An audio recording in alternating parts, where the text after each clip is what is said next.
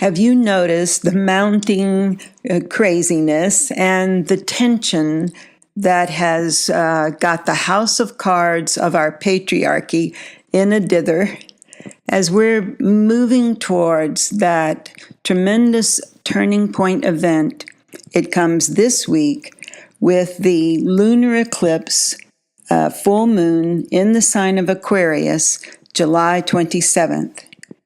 And with it, the close proximity of warrior Mars emphasizes the hero's quest that we are all on. Let's ask ourselves the answer to this question. Who am I? Am I the bulb that carries the light, or am I the light of which the bulb is a vehicle?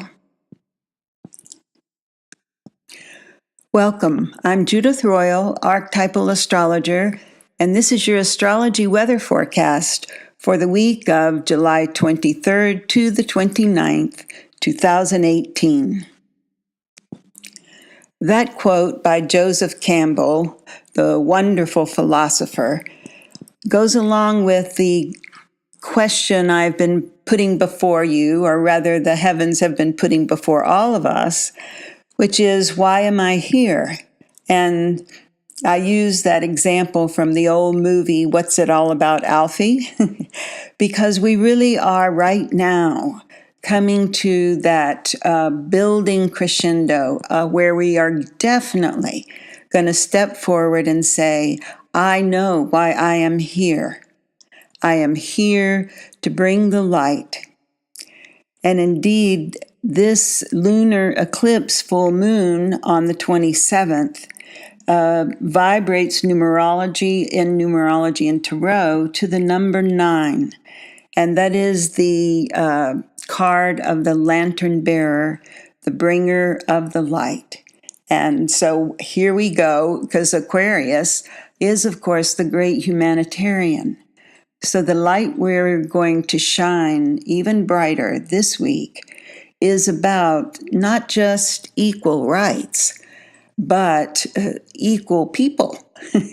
In other words, that we are all one, that I am one with all living things, and so are you. Given that that is true, what does it mean to have a moral compass? And what is our moral compass? Is there a different one for each of us? Or is there a moral compass that has a spiritual connection that brings heaven to earth and would work for everyone if we choose to believe in it?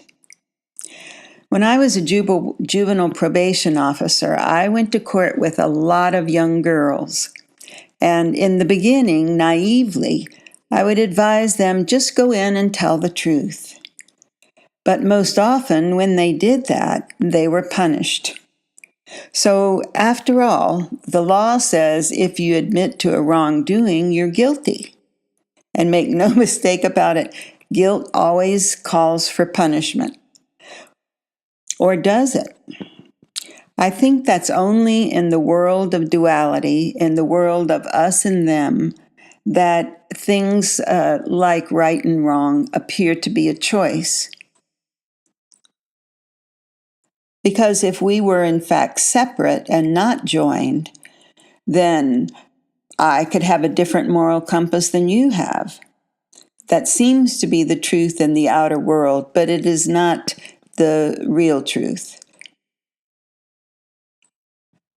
Uranus in the sign of earthy Taurus is insisting that we free ourselves from value judgments that we've held for, eons as a culture and for our lifetime as a person.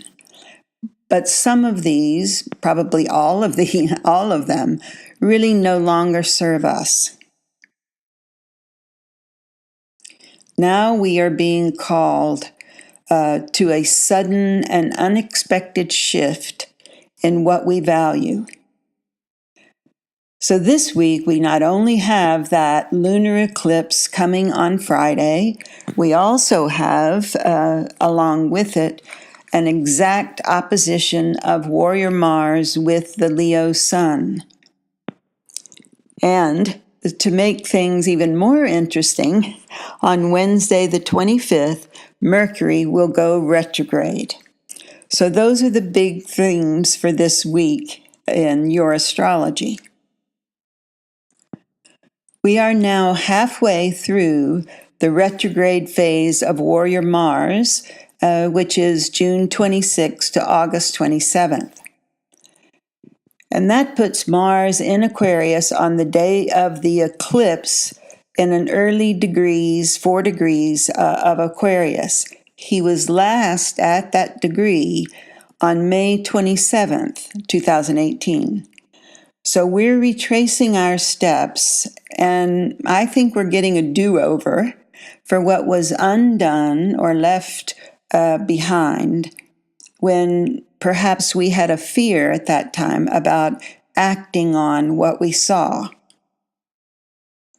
Let's break it down for the week ahead and listen to the elements fire, earth, air, and water for compatibility with your own sun and your own moon sign. So Moody Monday, it's always ruled by the moon, but this week it has a fiery start to that very crucial turning point coming with the eclipse. As we start the week, both the sun and the moon are in fire signs. The sun is in Leo and the moon is in Sagittarius. Now it comes with a little bit of fog rolling over your emotions, your feelings on Monday. So we might all feel a little bit vulnerable to deception. But the good news is the goddess of love is in the sign of healing Virgo. And so she is our muse this week for discernment, for really separating the wheat from the chaff, what you know to be true and what really you already know is a lie. And that will be especially applicable in your relationships. Now, Tuesday is Mars Day. It's always ruled by Mars and is sort of the Nike slogan, just do it. And this Tuesday, the moon is still in Sagittarius until mid-afternoon Pacific Daylight Time. And before she moves into Capricorn, this moon is going to dish up some lovely surprises with the god of lightning. So expect the unexpected, and it will have a strong note of seriousness. But do not let that rain on your parade or put a wet blanket over your mood. It's totally temporary. It's just asking us to slow down a bit and think. Venus, the goddess of love in Virgo, offers us a spiritual solution for whatever troubles us in our relationships. Really and truly, she helps us do that beautiful thing that we're all involved in learning right now, which is seeing past our own judgments to the light beyond. And we can do that with anybody. Now, Wednesday, which is the day of communications, because Wednesday is ruled by Mercury, the messenger planet. And so this week, it's interesting that on that very day, this very Wednesday, Mercury will go retrograde in the sign of Leo. So this is the lion-hearted, courageous messages that we've been both giving and receiving since June 14th. Now, because of the retrograde phase, Mercury will be staying in Leo until September the 5th.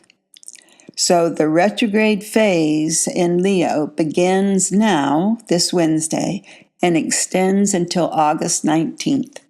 Definitely mark your calendar, because retrograde Mercury wants us to go inside, that the news we want to read is the news in our own mind, and so that we can, well, not go in a cave to look at it, but really stop and pull what we know into our daily life using those intentions that you set on the new moon, on the last new moon.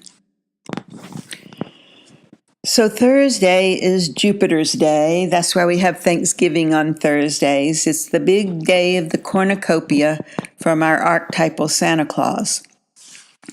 Now, this July 26th, Thursday, the moon will be in Capricorn and is going to join up with Pluto, the Lord of the underworld, in those early morning hours. What does this do? This challenges us to let go of trying to be a victim or thinking that you are a victim of anything. You are a magnificent light. You are a spirit that is so powerful that we actually scare ourselves with that. But not this July 26th, because now we reclaim the power that we have rather than giving it away in some old victim role. So Pluto represents our evolutionary edge, the edge of transformation, actually metamorphosis. And it is at this point that we face our worst fears. We really look in that shadow and see that it is nothing but the absence of light.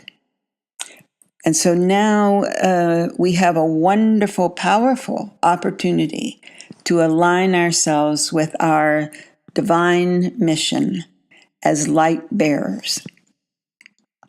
Now, just before midnight on the west coast of the U.S., Warrior Mars in Aquarius makes that exact opposition to the sun. So here we have really piling up energy to act, to do something.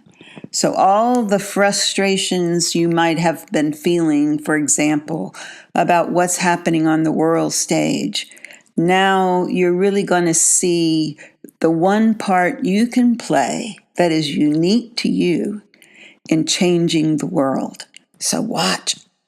Be sure to watch. Now, there's no need for alarm with any of this because these aspects are going to help us dig deeper. But it's all sweetened by the Capricorn moon on Thursday, who is in this beautiful harmony with Venus. So we are in love with love, and we have that day to know that love is the only power there is in the universe, that fear is just an illusion.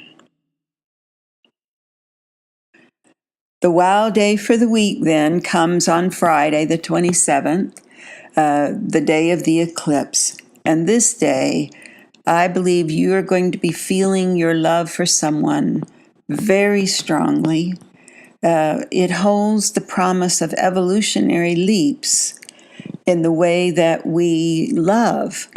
So that unconditional love that we all talk about is totally possible, because all you have to do to have that is remove the fear, right? Love is letting go of fear. That's its very definition.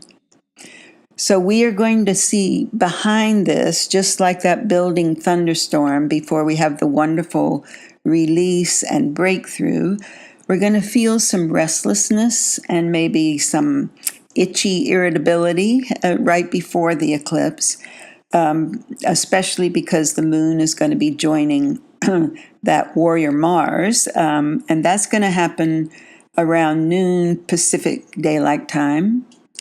And just after the eclipse, that healing Venus in Virgo is going to help us harvest the revelations, the epiphanies that have been, piling up actually. But now we get to sort of sort them and enjoy each one. The 28th of July, Saturday, which is Saturn's day, the work to be done, we might feel a little emotional hangover because we're still trying to process so many feelings that have come up this week. The moon is still in objective Aquarius, so don't try to intellectualize your feelings, but use it as an opportunity to step back and let love lead the way. Sunday is your glow and shine day ordinarily because it's ruled by the sun, and it's the day we can feel the warmth and comfort of how much we are loved by our Creator. This Sunday, the 29th, late in the day, the moon is going to move into compassionate Pisces. There'll be some sparkle back into our visions, into ourselves, and by Sunday evening, our feelings, what we've really gone through this week, they're all going to make sense. So marking your calendar as we go ahead, first of all, as I've already mentioned, you're going to mark Mercury's retrograde phase in Leo, which is between July 25th and August 19th. And there we're not going to push ourselves to solve anything. We're going to let it sort of percolate in the alchemy of our spirit within. And then the second thing going ahead that you want to have on your calendar is the retrograde phases for Mars. Mars entered Aquarius on that auspicious May 15th, 2018. He's going to be retrograde from June 26th to August 28th, meaning he will be in Aquarius, the humanitarian sign, for 5 whole months, May 15th to November 15th. He is, however, going to back up into Capricorn in the middle of that retrograde time, and so Mars will be back in Capricorn from August the 12th to September the 10th, and then he'll return to Aquarius. So backing up into Capricorn, we're going to pick up some issues related to the business world, to what is your concept of success? How do you really define that for your own self?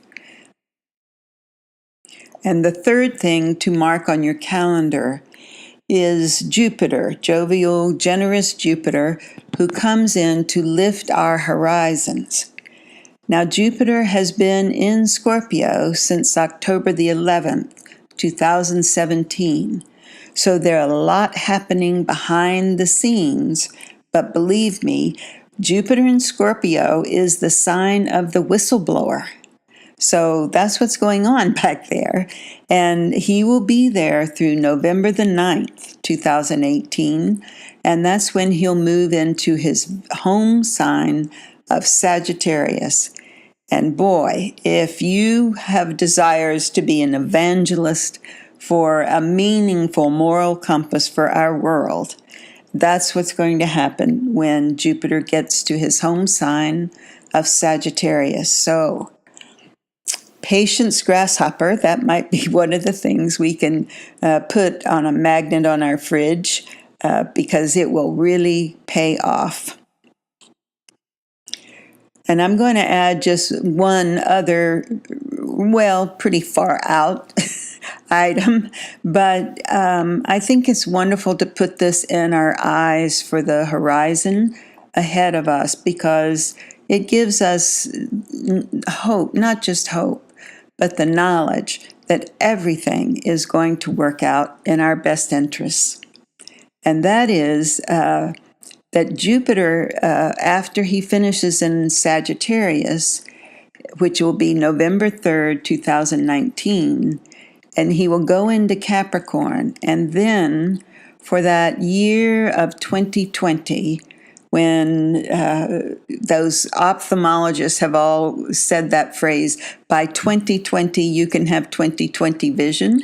Well, I think that's a beautiful metaphor. I don't know about our eyes, but metaphorically we will, because Jupiter on April 4th, 2020, that's the spring of that year, catches up with powerful Pluto.